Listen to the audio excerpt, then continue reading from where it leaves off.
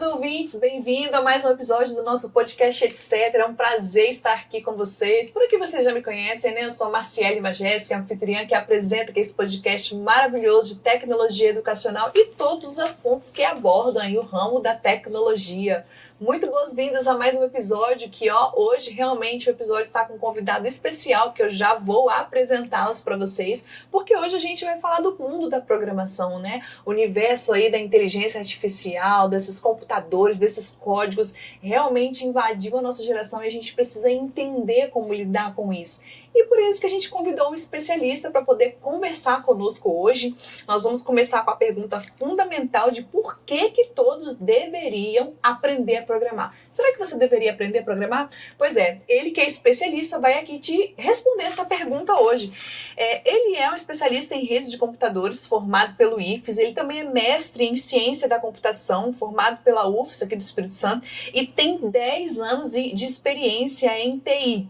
Entre sala de aula e iniciativa privada. O nome dele é Henrique Gomes Bassoni. Muito bem-vindo, Henrique, ao nosso podcast. Tenho certeza que você tem muito conhecimento para compartilhar hoje aqui com os nossos professores desse universo aí diferente da programação. É um prazer estar aqui, eu vou tentar contribuir. Vamos lá. Com certeza. Vamos desconstruir esse monstro que a gente acha que são esses códigos. Aqui tem um projeto que ele mesmo desenvolveu junto aqui com as autoras da MicroKids, e eu estava folheando esse projeto e falei, meu Deus, o que está acontecendo aqui? Enfim, e aí ele me perguntou, você tentou fazer? Eu falei, pois é, eu não tentei fazer. Eu acho que o monstro é menor do que a gente imagina, eu acho que sim, acho que sim. Então a gente vai começar esse podcast falando um pouquinho desse projeto, a gente vai aí adentrar em algumas perguntas que eu tenho certeza que é de muita dúvida de muitos professores. Eu espero que a gente flua muito bem aqui nessa conversa, Henrique. E vamos lá. Vamos lá? Henrique, responde pra gente por que todos deveriam aprender a programar. Você concorda com essa narrativa? Eu acredito que sim. Eu não sei se todo mundo precisa aprender a programar profundamente, ser um programador especificamente, mas eu acredito que programação, ela está muito ligada à lógica, né? E lógica é uma coisa que te ajuda no dia a dia, em tudo que você for fazer. Então, raciocínio lógico, a sua capacidade de resolver problemas, é muito importante em qualquer meio que você for trabalhar. Agora, eu acho que a programação de computadores, principalmente, assim, a vida cada vez é mais tecnológica. Eu estava pensando esses dias, um tempo atrás, assim, antigamente a gente precisava, para falar com alguém na casa da pessoa, você nem sabia se ela estava lá, né? E era por meio de cartas também, né? Muitos comunicavam por meio de cartas, e-mails. Demorava uma vida para chegar. Exato. Né? E-mail depois, quando as pessoas começaram a ter computador. Mas, já assim, estava mais começo, tecnológico. Eu lembro que a pessoa morava distante de você tinha que ir lá. Você chegava, você podia dar com a cara na porta, né? Não ter ninguém Você lá. lembra da sua vida sem WhatsApp? Então é difícil, né? Eu não lembro como era. É difícil, então. A gente pegou aí essa época. Eu fico imaginando que hoje você falar isso para um menino, sei lá, de 12, 13 anos, ele nem imagina como seria isso. Mas assim, a gente foi se adaptando à tecnologia no passar do tempo, né? E cada vez mais essas coisas estão inseridas no nosso contexto. Hoje em dia você tem coisas como o ChatGPT, por exemplo, as pessoas olham para aquilo e falam assim, nossa, que coisa incrível, né? E às vezes a gente tem um certo medo disso, né? Hoje o pessoal vê muito filme, vê aquele robô maluco, né? Exatamente. E eu acredito que aprender programação, você desconstrói um pouco dessa ideia e também ajuda em ser melhor em qualquer área que você trabalhar. Hoje um médico, por exemplo, tem vários médicos que operam com a ajuda de robôs. Né? Você vê que tem estudos aí de nanotecnologia para poder, quem sabe, tratar o câncer com nanorobô. Assim, as possibilidades são enormes e infinitas, né? Tem robôs que estão sendo preparados para entrar e salvar pessoas num incêndio. Você não precisa colocar um ser humano lá, você precisa ter um ser humano por trás programando aquilo, dizendo quais são as ações que ele tem que tomar.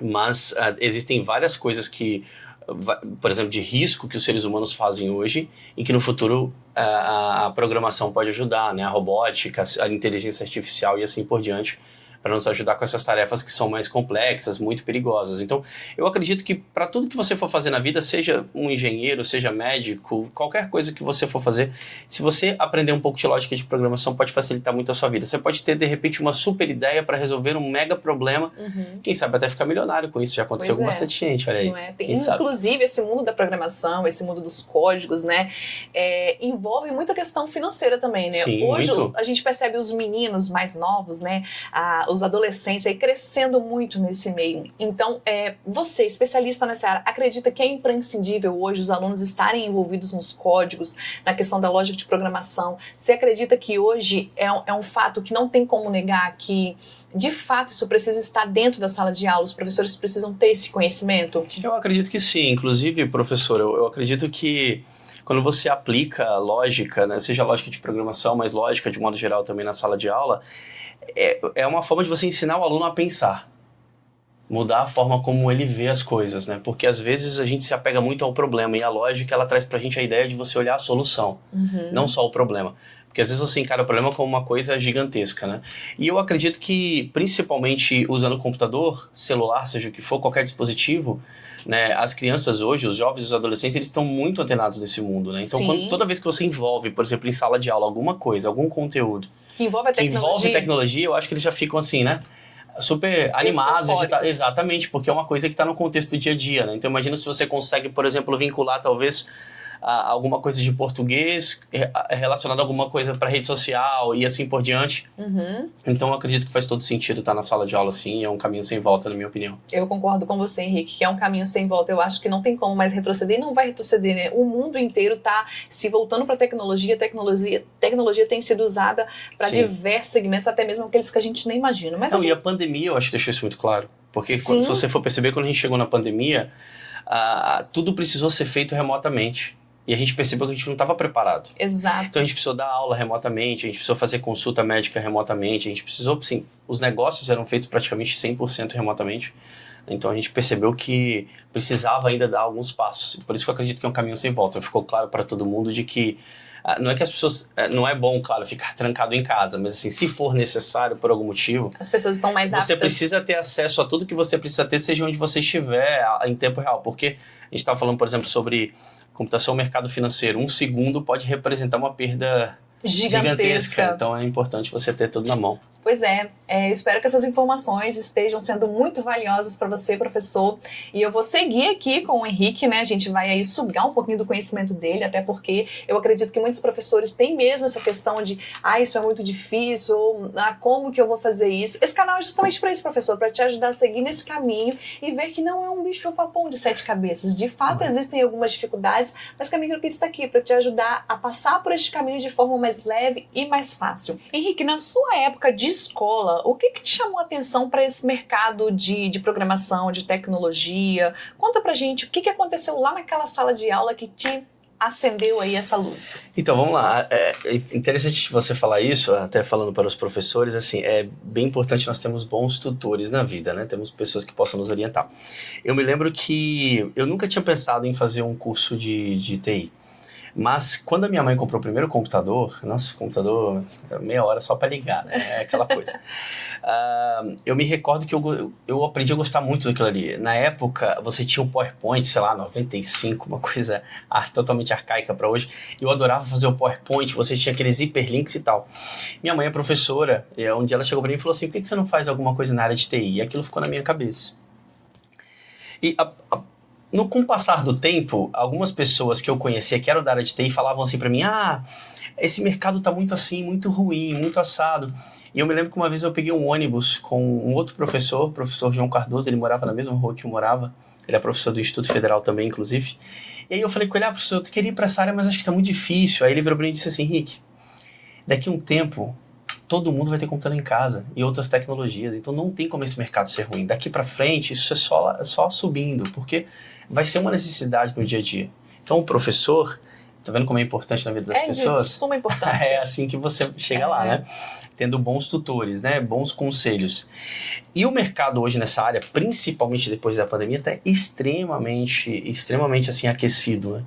Eu diria para você o seguinte, hoje uma pessoa, quando ela começa na graduação, e ela em pouco tempo se dedicou ali e aprende a programar, facilmente um aluno ainda de graduação consegue entrar numa empresa para trabalhar como um programador júnior ganhando acima de R$5.000. Isso é uma coisa que para muitas profissões é impraticável, né? Eu lembro que um tempo atrás outras profissões estavam aí, não, se eu vou fazer isso, eu vou fazer aquilo e tal. De repente o TI, né, teve uma visibilidade gigantesca no mercado e as pessoas procuram profissionais e não encontram. Então hoje, eu diria para os professores, eles podem deixar muito claro isso para os alunos na sala de aula. É um mercado extremamente promissor, é um mercado que contrata muita gente, que sempre tem déficit de pessoas e paga bons salários atualmente. Pode mudar, inclusive, na minha opinião, a vida financeira de muitas pessoas, pode tirar as pessoas da pobreza, inclusive. Se nós formos olhar isso e formos comparar os homens mais ricos do mundo, quase todos são da tecnologia. Realmente, a gente tem aí o Zuckerberg, né, o criador do... Mark Zuckerberg, Bill Gates, Exatamente. Elon Musk. Exato. Né? Elon Musk, por exemplo, ficou muito rico porque ele criou uma plataforma de pagamentos. Ele programou uma plataforma de pagamentos. Imagina que o desenvolvedor do WhatsApp, né, ele demorou poucas horas ali de desenvolvimento para fazer aquela ferramenta e vendeu por um valor absurdo. Olha isso aí. Ficou então, milionário. Melhor do que ganhar na Mega Sena, talvez seja aprender programação. Excelente. Pode dar mais dinheiro, tá vendo aí? E é interessante você falar que um profissional que está começando, ele pode aí chegar a um faturamento mensal de salário aí de R$5.000, enfim. E a gente vê pessoas que passaram aí 5 anos encarando uma faculdade que não chegam a ganhar R$5.000. Então, não começam com esse teto salarial, é verdade. Realmente é uma profissão assim que tem um grande futuro, né? E qual que é a ideia, assim? O livro, especificamente, ele tenta facilitar esse aprendizado, porque programação não é a coisa mais simples do mundo de se aprender. Exige um nível de dedicação, né? Você precisa aprender a pensar de forma lógica, como a gente está dizendo até agora. Mas o livro, por exemplo, ele aplica no seu início o Scratch para ajudar o aluno a entender lógica de programação. Então esse aqui é o começo. Exatamente. Esse é um outro livro que ensina especificamente Scratch. Existe, inclusive, eu tive um professor na graduação, a tese de doutorado dele foi, a ideia dele era conseguir uma metodologia para diminuir a evasão no curso de programação, já na graduação.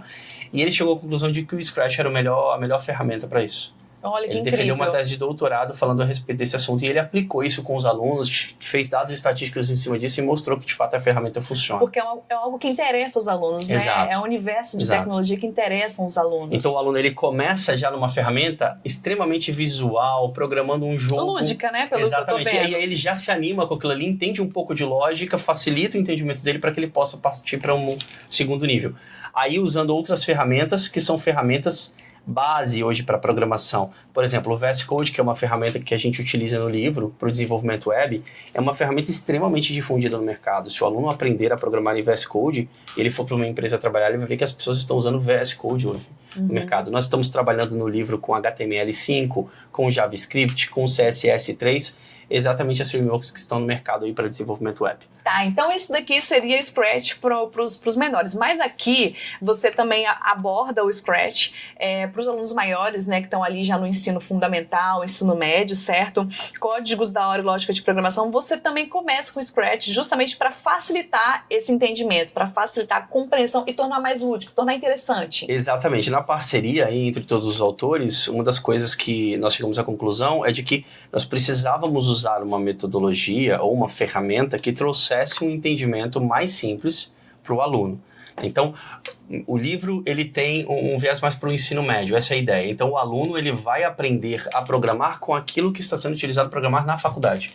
Ele vai ver o Scratch, ele vai aprender a programar com uma coisa um pouco mais visual, cheia de detalhes, uma coisa que dá para ele um pouco mais de ânimo para fazer, porque ele vê as coisas bonitinhas na tela, bem dispostas, e depois ele passa para um segundo nível, utilizando uma ferramenta mais de mercado mesmo, como o VS Code. Hoje, se você for olhar as ferramentas utilizadas para desenvolvimento web no mercado, certamente o VS Code é uma das principais delas, se não for a principal. Isso daqui, então, prepara o aluno para o mercado de trabalho?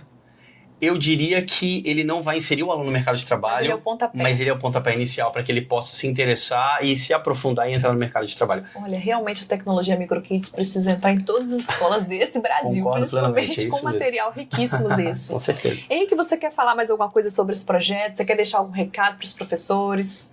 Olha, eu acredito que, falando diretamente para os professores, eu acho que esse é um material que pode de fato mudar a vida do aluno, né? Eu vou falar como experiência própria. Eu não era a pessoa mais fã do mundo de estudar. Não era. E eu percebi que se eu não estudasse, eu não ia conseguir nada na vida. Ou seria muito mais difícil o meu caminho. E eu aprendi a gostar de estudar quando eu comecei a estudar programação na faculdade. Então eu acredito que muitos outros alunos podem chegar e ter essa mesma paixão e ter uma mudança total de vida aí. E você deve a isso, primeiro a sua mãe que despertou lá, sua mãe professora, e depois o seu professor também, que te abriu os olhos sobre esse mercado. Com Professor, certeza. você pode abrir os olhos de muitos alunos aí dentro da sua sala de aula nesse ano de 2024, que está só começando. Olha, o ano está só começando e você tem ferramentas incríveis na mão para justamente inserir a tecnologia educacional de todas as formas possíveis, tornar suas aulas interativas, tornar suas aulas dinâmicas, tornar os alunos interessados, diminuir a evasão escolar. Realmente você carrega essa responsabilidade. E se você acha que é difícil, você tem aqui a equipe MicroKids para segurar na sua mão e caminhar junto com você. É por isso que a gente tem formação de professores continuada para que você consiga lidar com todas as dificuldades que possam surgir aí no caminho. Quais são os benefícios, Henrique, de aprender a programar, mesmo para aqueles que não desejam seguir na carreira da tecnologia? Tem muita gente que gosta de artesanato, muita gente que quer trabalhar no segmento de vendas. Quais são os benefícios para essas pessoas aprenderem a programar, mesmo que não queiram seguir nesse segmento? Então, eu acredito que principalmente a capacidade de aplicar raciocínio lógico. Como eu falei anteriormente, assim, uma das principais coisas que eu acho que a pessoa precisa ter no mercado de trabalho, seja qual hora for, é a capacidade de resolver problemas. Porque quando você é contratado numa empresa, a empresa tem problemas para resolver, senão ela não precisaria de ninguém. Todo lugar tem problema, não é? Esse é o ponto. Pois é. Então, eu acredito que lógica aplicada à programação é uma ótima forma de você aprender a raciocinar de maneira lógica e resolver problemas de maneira mais simples, né? Porque quando você aprende lógica de programação, você estrutura o problema. Então, você analisa o problema, você tem todo um processo, toda uma etapa que você precisa seguir para você resolver aquela questão. Então, isso faz com que você aprenda a raciocinar de forma estruturada e chegar, de fato, numa solução viável para um problema.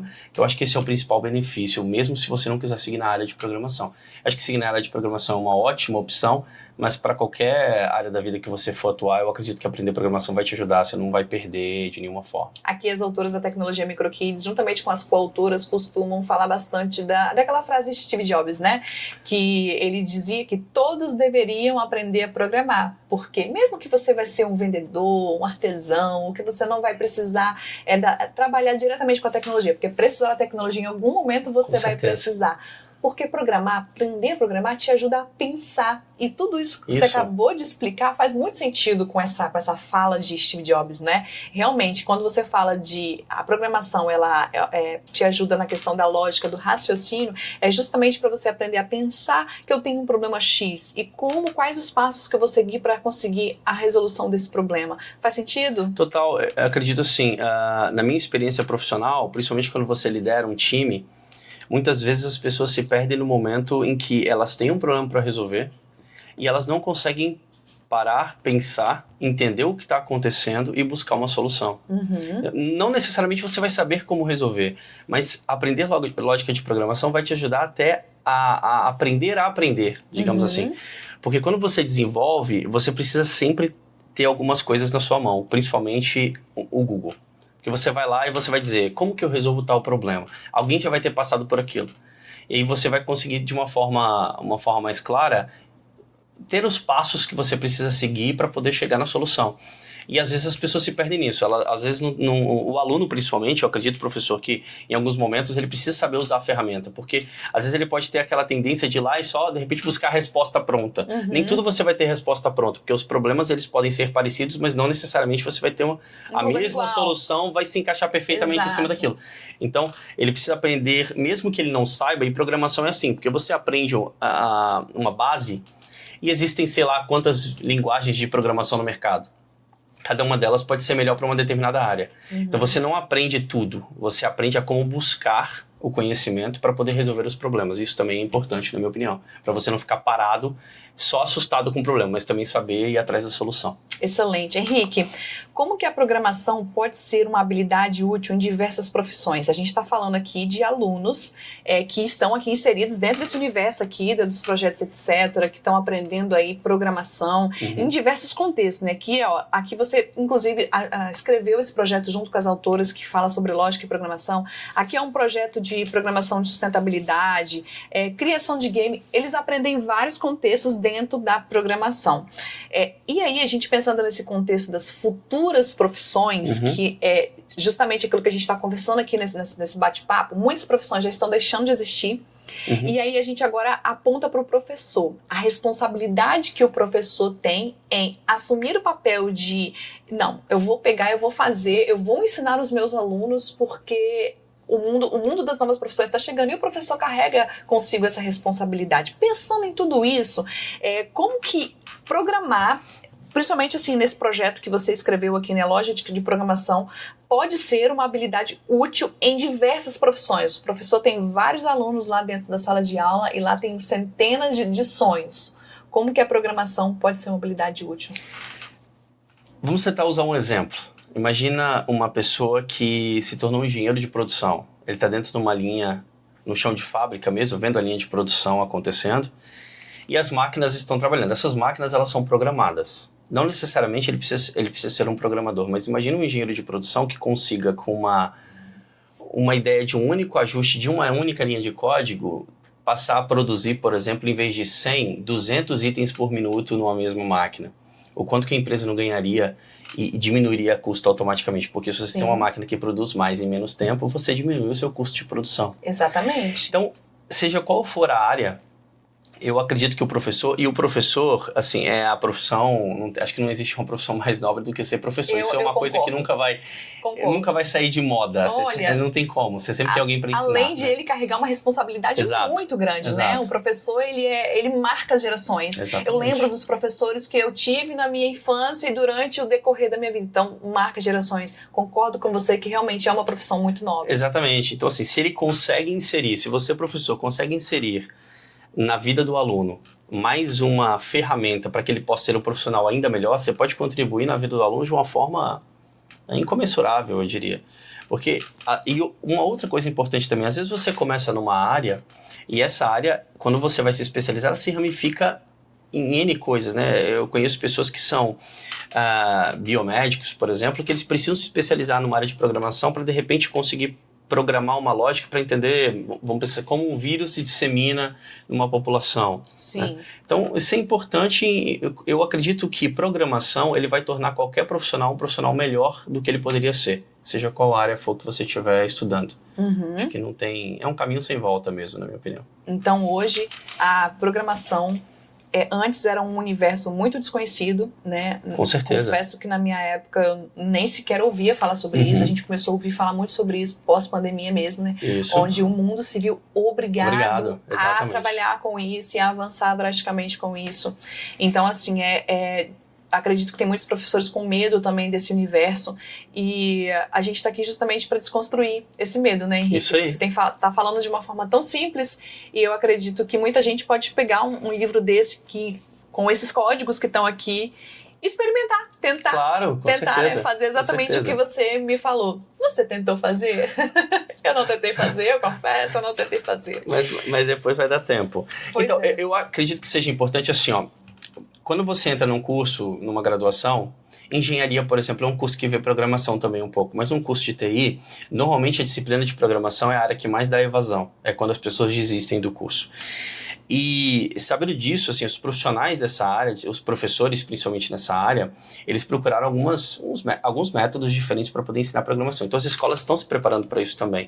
Porque no primeiro momento pode ser assustador você ver aquela tela preta, cheia de código, as pessoas não gostam muito disso, né? Números, né? Exatamente, você vê aquele monte, né? Parece a Matrix lá, aquelas coisinhas descendo. Exatamente, é meio assustador, eu confesso. Então, mas as pessoas... Mas é muito menos complexo do que parece. Se você tiver a metodologia correta de ensino, e eu acredito que o professor ele pode, com ferramentas desse tipo, com materiais desse tipo, aplicar isso em sala de aula e deixar aquela sementinha plantada. Não necessariamente naquele momento o aluno vai super se empolgar e virar um grande programador, mas pode ser que no momento ele se lembre de alguma coisa, em algum momento da vida, e diga, poxa, eu posso resolver isso aqui com lógica de programação, olha só. E de repente resolveu um baita problema, quem sabe para o mundo mesmo. É verdade. Henrique, muitos dizem que a programação não é apenas sobre escrever linhas de código, mas também é sobre desenvolver o raciocínio lógico. Você falou muito sobre raciocínio lógico aqui pra gente. Você concorda com essa narrativa? Exemplifica pra gente raciocínio lógico, programação. Porque quando você pensa em raciocínio lógico, como que eu posso raciocinar de forma lógica com a programação? Traz pra gente de forma palpável, pro professor que está ali nos assistindo entender. Então, eu acredito, professor, que o raciocínio lógico é justamente a capacidade de você observar um problema, observar uma questão e racionalizar em cima daquilo e estruturar os seus pensamentos para chegar numa solução.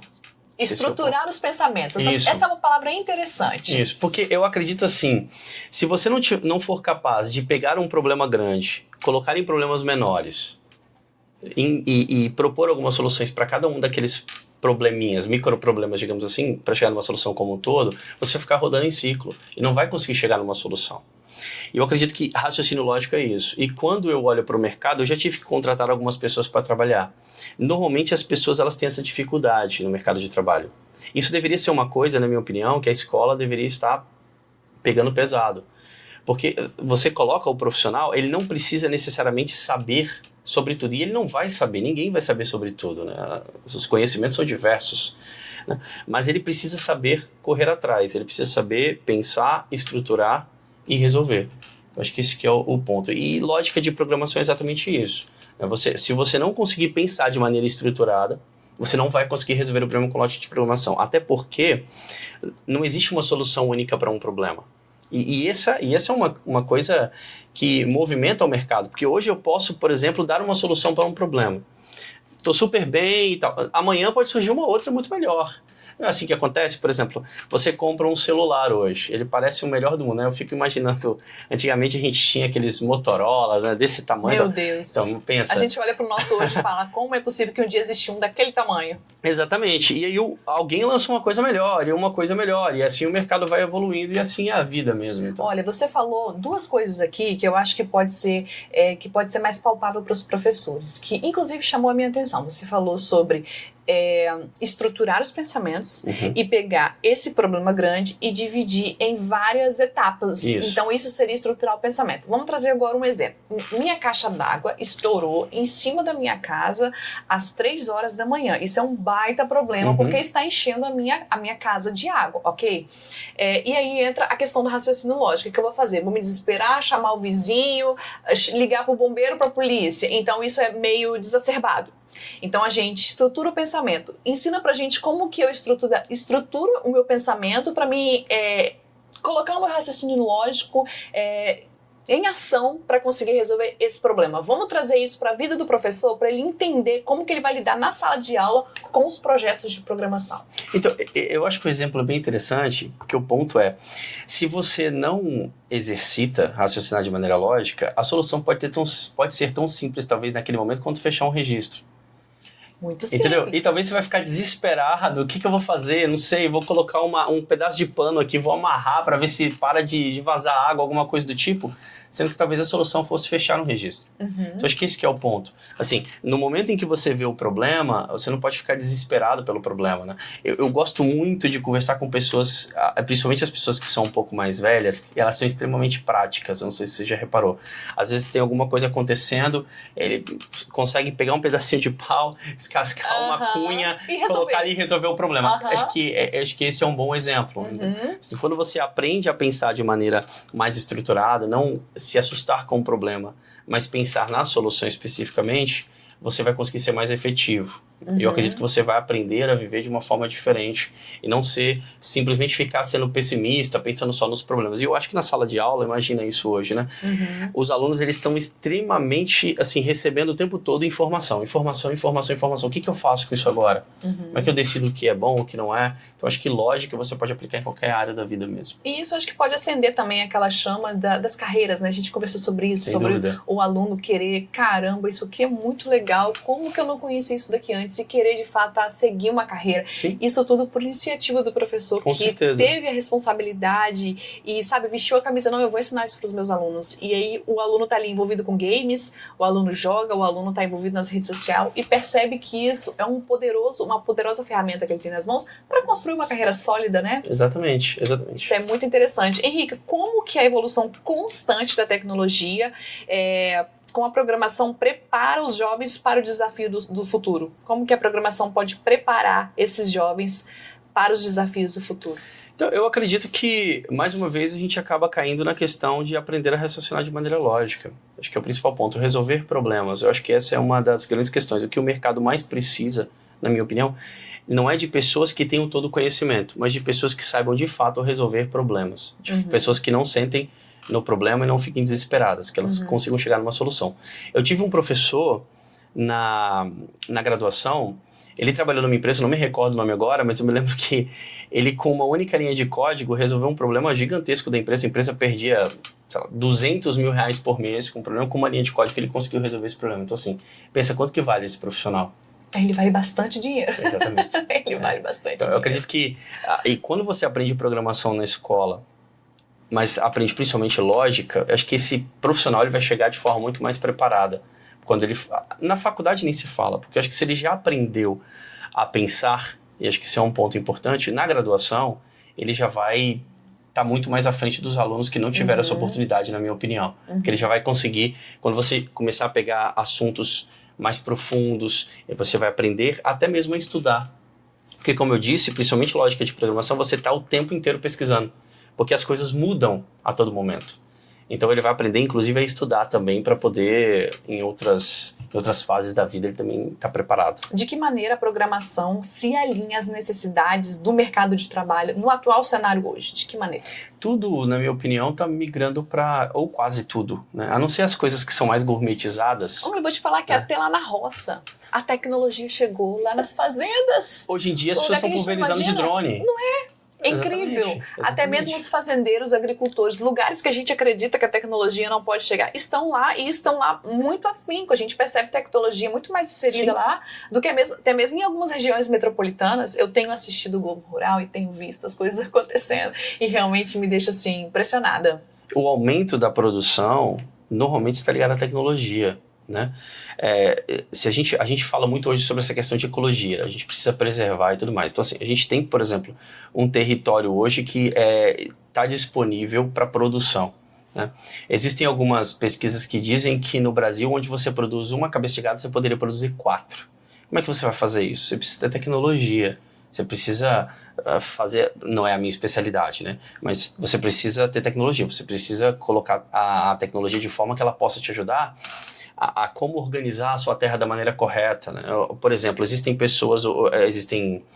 algumas pessoas da agricultura hoje que o fato de você regar ou não a planta está de acordo com como está o solo. Então você tem sensores no solo que estão ali medindo se aquele solo está úmido, se ele tem, por exemplo, nutrientes corretos, suficientes, exatamente. Assim você não desperdiça adubo, você não desperdiça água, então você reduz o custo, aumenta a produtividade. Então, em qualquer área, se você aplicar tecnologia, você vai ter resultados mais substanciais. Excelente. Olha, quanto mais eu falo de tecnologia educacional, mais apaixonada eu fico por esse universo, porque aí eu lembro que lá na minha época a gente não teve nada disso e hoje em dia os nossos filhos vão ter oportunidade de usufruir de tudo isso. Falando em filhos, se o seu filho hoje estivesse dentro da sala de aula, o que o seu filho aprenderia com esse projeto que é seu filho? Seu filho junto aqui com as autoras da Tecnologia MicroKids. Fala pra gente um pouco disso. Eu acredito que ele teria um start.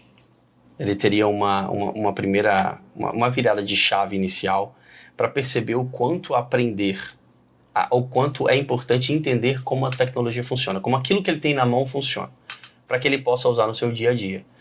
Quando você pega, por exemplo, o celular na mão, ele tem muito mais recursos normalmente do que a gente utiliza. Coisas que poderiam ajudar facilmente, né, na nossa rotina. Até, por exemplo, em questão de saúde. Eu preciso organizar o meu dia para que eu possa, por exemplo, ir na academia, mas que eu tenha tempo para isso, ou para aquilo, o celular pode te ajudar com esse tipo de organização. Ele pode te ajudar, por exemplo, a fazer boas escolhas, a comprar com custo menor e assim por diante. Então eu acredito que esse livro, ele tenta mudar a chavinha na cabeça dos alunos para que ele possa começar a ter mais interesse nesse mundo, entendeu? Entender as possibilidades que ele pode ter com isso. Por exemplo, aqui no livro a gente fala de um código para calcular funções do segundo grau. Mas ele poderia, programando, resolver uma série de problemas que ele acha extremamente difícil, que o computador poderia ajudá-lo a resolver em poucos segundos, né? Então eu acredito, principalmente aí falando para os professores, exatamente isso, que o livro vai ajudar o aluno a pensar de maneira diferente, a aprender a pensar de forma estruturada, a olhar para um problema, segmentar o problema em problemas menores e chegar numa solução viável para aquela questão. Bacana. Você falou sobre o aluno, sobre que virada de chave que o aluno vai ter quando ele colocar as mãos nesse material tão rico que você desenvolveu aí junto à MicroKids. Uma outra pergunta se você fosse o professor desses alunos, tendo em vista que você não teria acesso à tecnologia ou teria algum tipo de medo desses códigos, qual o nível de dificuldade de 0 a 10 que o professor vai ter utilizando isso daqui dentro da sala de aula? Olha, eu acredito que como o passo a passo, na minha opinião, ele está muito claro, eu acredito que o professor não vai ter nenhuma dificuldade. Assim, o tema não é o tema mais simples que se pode ter. Sim, então, é um desafio. Exatamente. Então, ele vai ter uma dificuldade ali, talvez 4, 5 inicialmente, porque ele nunca viu o assunto, ele vai ter que ler.